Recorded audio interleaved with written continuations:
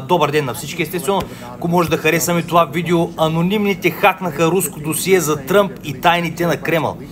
За тези, които не са се абонирали за канала, моля да го направите. Едно палче така нагоре под видеото, знаете къде да натискате и ще съм ви благодарен доста.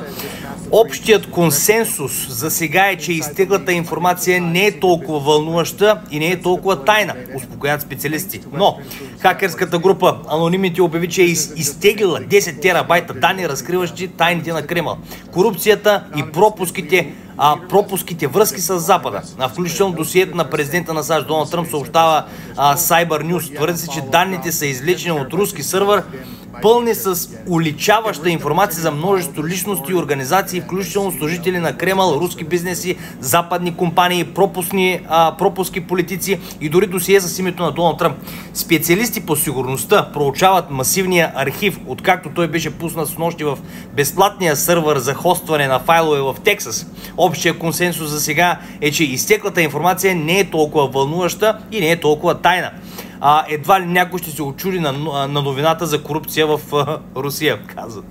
Данните съдържат подробности различни бизнеси, работещи в рамките на Руската федерация, както руски, така и чуждестранни, включително техните финансови сделки и връзки. Освен това, информацията за руски активи в западни държави, данни за пропуски, политици и техните текущи отношения с Москва. Някои от имената на файловете, които се открояват като обещаващи, са видеодоказателства от руски CCTV камерки, изтекли уязвимости на руски контролен център, изтекли данни на руската FSB, изтекли данни на руската агенция ТАСС и други.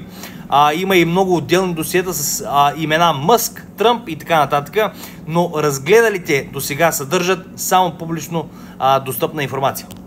Сега веднага от Кремъл срокът на договорената с Украйна забрана на ударите по енергийните обекти изтече, но Путин не е давал нови указания. Така, едномесечният мораториум между Русия и Украйна върху ударите по обекти на енергийната инфраструктура изтече, но руският президент Владимир Путин не е давал нови указания, заяви пред репортери говорителят на Кремъл Дмитрий Песков в отговор на въпрос дали изтичането на срока на мораториума означава, че двете страни могат да възобновят ударите по енергийните си съоръжения. Явно и от двете страни няма търпение да започне войната. Както знаете, САЩ наскоро каза, няма да пращаме повече оръжия към Украйна.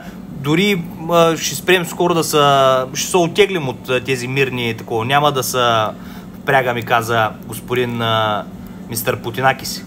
Месецът наистина изтече, но към момента няма други инструкции от върховния главнокомандващ президент Владимир Владимирович Путин, каза Песков. По думите на говорителят, мораториум върху ударите по енергийните може да се нарече напредък в уреждането на украински конфликт и Москва, за разлика от Киев, се придържа към него. Песков обаче посочи, че контактите с САЩ в хода на разговорите за евентуално мирно споразумение за прекратяване на войната в Украйна са доста сложни. Контактите са доста сложни, защото естествено темата не е лека, заяви той. Русия е ангажирана с решаването на този конфликт, гарантирането на своите интереси и е отворена за диалог. Ние продължаваме да правим това, добави говорителят. Така че аз по тези думи разбирам, че Русия по-са склонни да спрат войната от господин комедиан там, украинеца.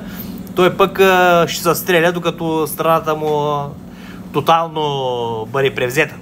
Русия се стреми към решение на този конфликт. Това го да. По-рано днес държавният секретар на САЩ Марко Рубио заяви, че американският президент Доналд Тръмп ще се откаже от опитите си да посредничи за мирно споразумение между Русия и Украйна, ако до дни няма ясни признаци, естествено, че такава сделка е възможна. Но въпрос дали САЩ могат да се оттеглят от усилията за намиране на мирно решение в Украйна, Песков каза, че това е въпрос, трябва да бъде отнесен към Вашингтон, естествено. Така, сега, Ню Йорк Таймс, САЩ не обмислят нови доставки на оръжия за Украйна. Ню Йорк Таймс, от САЩ не обмислят нови доставки на оръжия за Украйна и то така и си трябваше отдавна даже да спрат. В Белия дом практически не се водят сериозни дискусии относно по-нататъчно предоставяне на военна помощ за Украйна, пише Ню Йорк Таймс. Европейските дипломати потвърдиха, че не са получили ясни гаранции от САЩ относно продължаването на обмена на разузнавателна информация с Киев. Това е тревожно, тъй като войната все още продължава, пишат от изданието. Адмирацията на Доналд Тръмп все повече разгжда украински въпрос, ражда направили са правописна грешка, всички български безработни учителки веднага да пишат коментари под видеото.